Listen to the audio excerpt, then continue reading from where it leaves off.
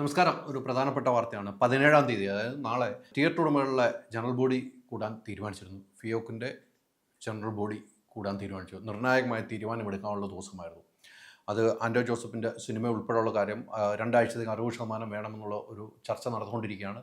അതൊരു കാരണവശാലും കൊടുക്കില്ല എന്ന് ഇവർ പറയുന്നു. ഇതൊക്കെയായി ബന്ധപ്പെട്ട് ഒരു ജനറൽ ബോഡി നാളെ ചേരാൻ തീരുമാനിച്ചു. അതോടൊപ്പം തന്നെ ഭാരവാഹികൾ ഒഴിയുന്നു.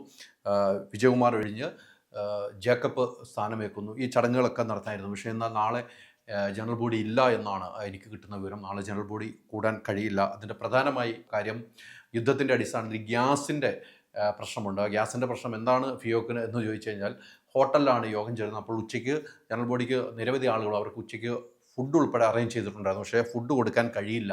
അതിനുള്ള തയ്യാറെടുപ്പ് ഹോട്ടലുകാർക്ക് നടത്താൻ കഴിയില്ല എന്ന് ഗ്രാൻഡിൽ വെച്ചായിരുന്നു യോഗം ചേരാൻ തീരുമാനം. ഗ്രാൻഡ് അവരറിയിച്ചു. അതുകൊണ്ട് യോഗം ചേരാൻ കഴിയാത്തൊരു സാഹചര്യം ഉണ്ടായിരിക്കുന്നു.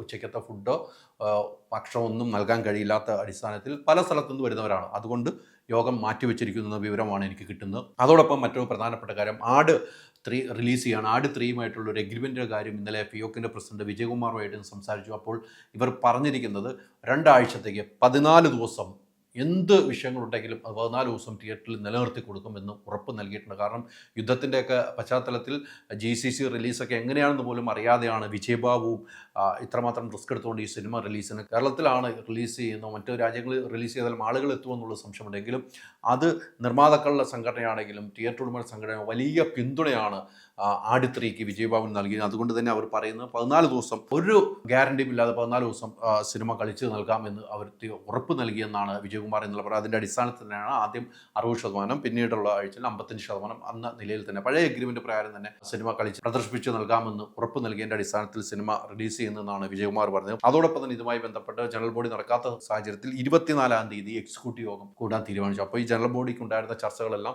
എക്സിക്യൂട്ടീവ് യോഗത്തിൽ തന്നെ ചർച്ച ചെയ്യും. എക്സിക്യൂട്ടീവ് യോഗം അത് അംഗീകരിക്കുന്നത് ജനറൽ ബോഡികൾക്ക് ആളുകളെ അറിയിക്കും. അത് നടപ്പിലാക്കാനുള്ള തീരുമാനം എന്നാണ് എനിക്ക് കിട്ടുന്ന വിവരം.